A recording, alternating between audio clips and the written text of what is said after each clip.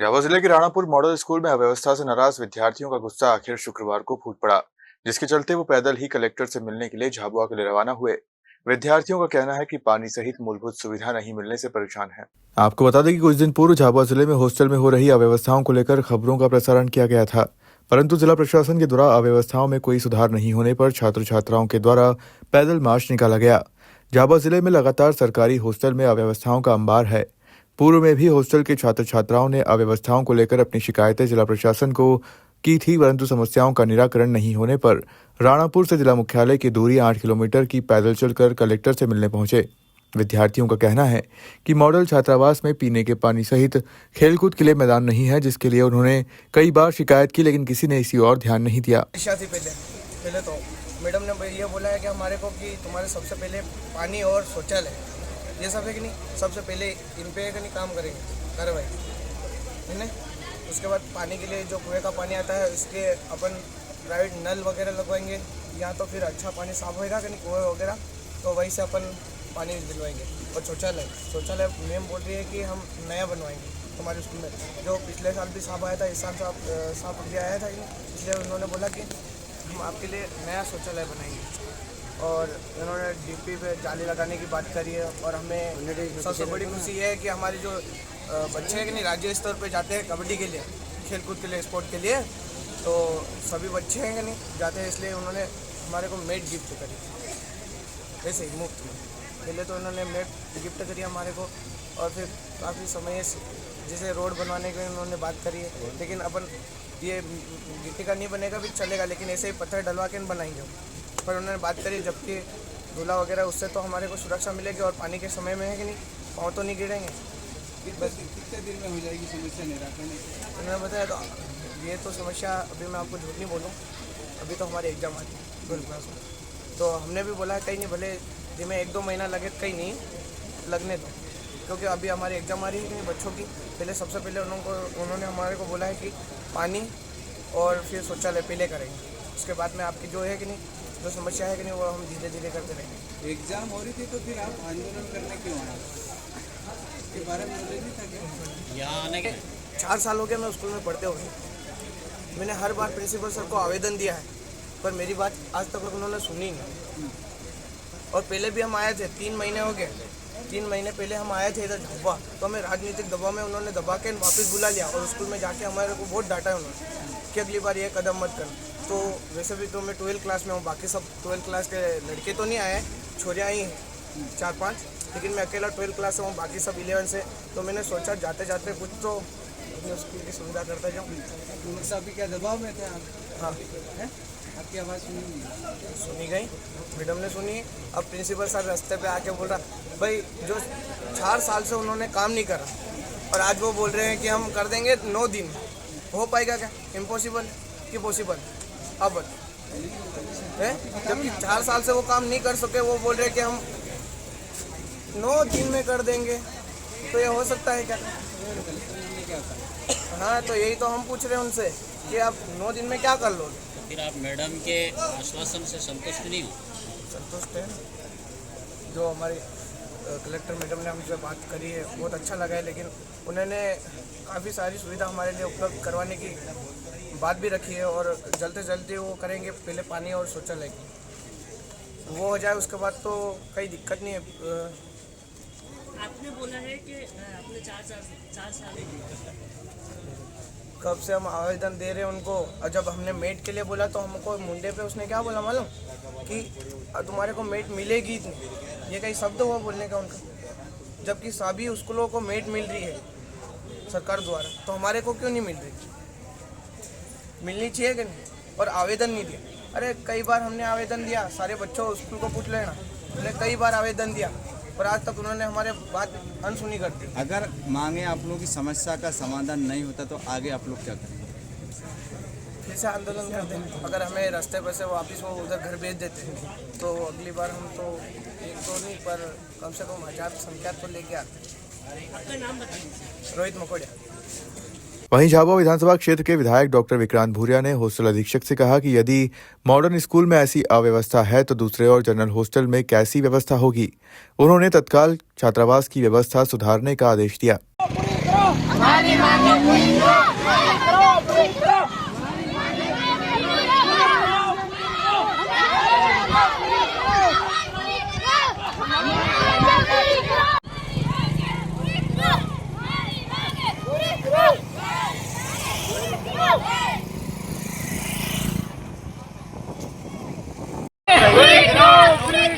हमारी मांगे पूरी करो, पूरी करो।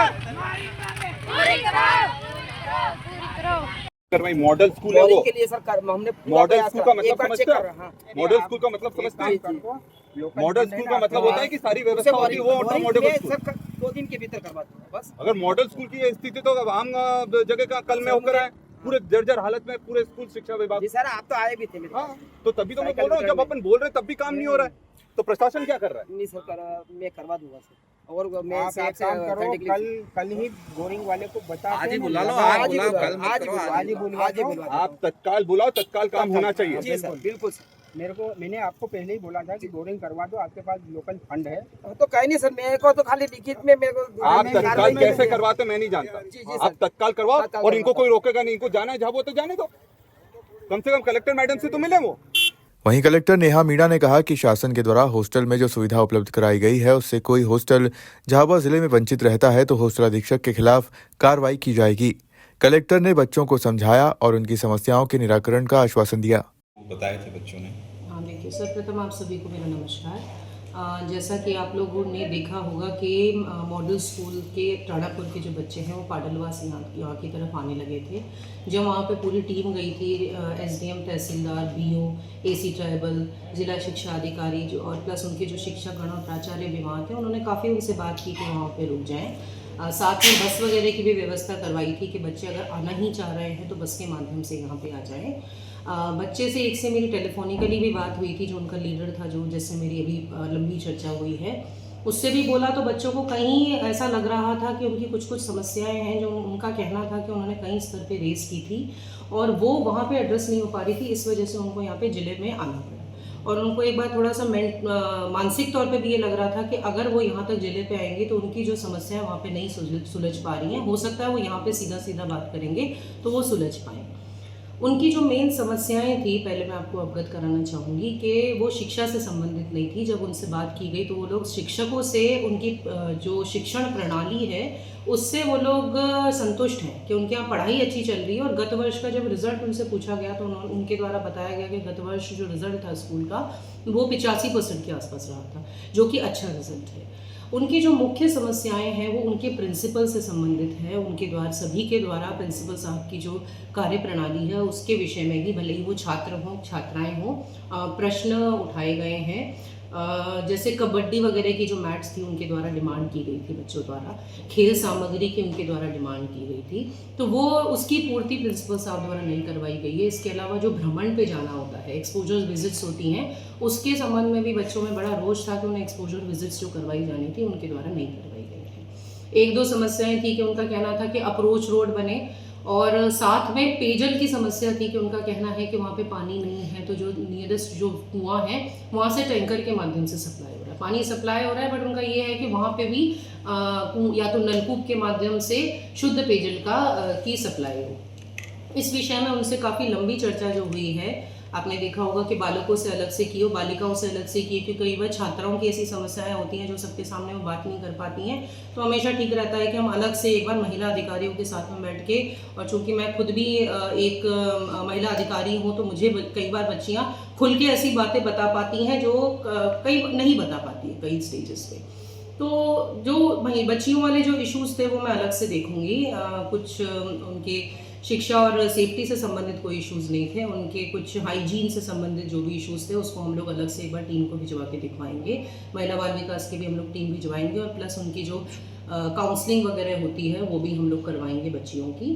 बच्चों से भी बात हुई है और जो बच्चा जो लीड कर रहा था मुझे आखिर में ये भी बता के गया कि भविष्य में वो ऐसा ही बनना चाहता है। तो मुझे बड़ा खुश हुआ कि वो बच्चा इतना जानता है। उससे मैंने पूछा कि आप है ना कौन सा एग्ज़ाम देना पड़ेगा आपको, उसकी भर्ती की कौन सी परीक्षा रहेगी, तो ही न्यू एवरीथिंग। यानी कि बच्चे बहादुर हैं, टैलेंटेड हैं, ठीक है, उनमें है ना पूरा ज्ञान है, अवेयर हैं, जागरूक हैं कि वो उनकी है ना मांगे क्या हैं और वो क्या चाहते हैं। अभी इमीडिएटली जो मुझे लगता है कि सबसे पहले पिछले 2 वर्षों में वहाँ पे जो निरीक्षण करने गए थे, विशेष तौर पे पिछले 1 वर्ष में जो निरीक्षण हुआ है, जिन अधिकारियों द्वारा निरीक्षण किए गए थे उनके विरुद्ध मुझे थोड़ा देखना, इसको निकलवा के देखना पड़ेगा। जब उनके द्वारा निरीक्षण किया गया उस स्तर पे जब बच्चों द्वारा ये इश्यूज़ उठाए गए तो फिर बच्चों को यहाँ तक क्यों आना पड़ा, वो इशू वहीं पे ही एड्रेस होने थे। प्रशासन इस बात में बिल्कुल स्पष्ट है कि जनजातीय जो हमारे बच्चे हैं, हमारा जनजातीय बाहुल्य जिला है, जितने भी हमारे हॉस्टल हैं वहाँ पे बच्चों को जो सुविधाएं दी जानी है, या हमारे जो स्कूल्स हैं जहाँ पे जो सुविधाएं दी जानी है, शासन की तरफ से जो फंड आ रहा है वो पूरी तरीके से बच्चों के लिए ही यूज़ हो। अगर स्पोर्ट्स के लिए फंड आ रहा है तो इट शुड बी यूज़ कि उनको वो सारी सुविधाएं जो दे जो शासन और जो विभाग की मंशा है। अगर उसके अत्र या उसके विरोध में कोई कार्य करता है तो उसके विरुद्ध कड़ी से कड़ी कार्रवाई होगी। इसमें पूरी तरीके से प्रशासन स्पष्ट है। अब आने वाले समय में एक बार मैं अपनी टीम भिजवा के वहाँ पे पानी वगैरह का हम लोग परीक्षण करवा लेंगे कि हम लोग नलकूप वगैरह कहाँ लगवा सकते हैं। अभी नियरेस्ट जो प्राइवेट ट्यूबवेल वगैरह होंगे, क्योंकि काफ़ी सारे प्राइवेट लोग भी करवा के रखते हैं, वहाँ से मैं वहाँ पे सप्लाई शुरू करवाऊँगी ताकि बच्चों को अभी इमीडिएटली तो राहत मिल सके। साथ के साथ 12th और 10th की बोर्ड एग्जाम्स आ रही हैं, तो बच्चों की मैंने थोड़ी काउंसलिंग भी की है कि 12th का जो रिज़ल्ट होता है वो बहुत महत्वपूर्ण होता है। 12वीं के रिज़ल्ट पर उनका जो आगे का करियर है वो निर्भर करता है, तो साथ के साथ उनकी वो वाली काउंसलिंग भी हुई है एंड बच्चे खुश संतुष्ट होके जा रहे हैं और मेरा आशीर्वाद लेके गए थे। मेरा आशीर्वाद हमेशा उनके साथ है। एज डिस्ट्रिक्ट कलेक्टर मुझे लगता है कि मेरे स्कूल, मेरे खुद के जैसे बच्चे हैं, ऐसे स्कूल के सभी बच्चे मेरे ज़िले के, मुझे तो लगता है कि वो हमारे ही बच्चे हैं और उनकी कभी भी समस्याएं हैं तो हम हमेशा तैयार हैं सुनने के लिए भी और उसे प्राथमिकता पर रिजॉल्व करने। आपकी तरफ से प्रश्न ये मैं चाहते हैं क्या? जो रिकॉर्डिंग हो रही है ओके तरफ से प्रिंसिपल साहब के बारे में मैंने स्पष्टतः आप लोग को बता ही दिया है। उनके जो मेन मुद्दे यही हैं कि जो 4-5 तरह की चीज़ें हैं कि स्पोर्ट्स की सामग्री जो है उनकी एक्सपोजर विजिट्स नहीं कराई गई हैं। प्लस इसके अलावा उन्होंने 1-2 टीचर्स के भी नाम लिए हैं जो अभी मैं आउटराइटली नहीं बता सकती हूँ, जिनके कुछ निजी विवाद चल रहे हैं जो उनके द्वारा उल्लेखित किए गए थे, तो उसको तो मैं प्रॉपर जाँच करा के ही बता पाऊँगी। कल ये एसडीएम द्वारा संज्ञान में लाया गया था कि वो जो बच्ची थी जिसको पहले छोड़ दिया गया था स्वास्थ्य विभाग द्वारा सारा का सारा ट्रीटमेंट देके, पुनः से उसको एडमिट किया गया है कि उसको हेयरलाइन फ्रैक्चर बताया है। मैंने इसमें अभी एसडीएम से रिपोर्ट कॉल की है क्योंकि स्वास्थ्य विभाग ने उसका एक्सरे कराया था, ठीक है, और उसके बाद उसको जो भी ट्रीटमेंट दिया जाना था उसके समुचित ट्रीटमेंट के उपरांत ही उसको डिस्चार्ज किया गया था, ऐसा रिपोर्टेड है। अगर किसी तरीके से किसी पे भी गलती हुई है किसी के स्तर पे भी, तो I will take necessary action. अभी मेरी प्राथमिकता ये है कि हमारी जो बच्ची है उसकी सर्जरी प्राथमिकता पे हो जाए और जहाँ पे भी उसके जो वार्ड्स हैं यानी उनके जो माता पिता हैं जहाँ वो कराना चाहते हैं वहाँ पे हो जाएगी और पूरी तरह से मैं उनको सपोर्ट करूँगी। झाबुआ से शाबिर मंसूरी की रिपोर्ट।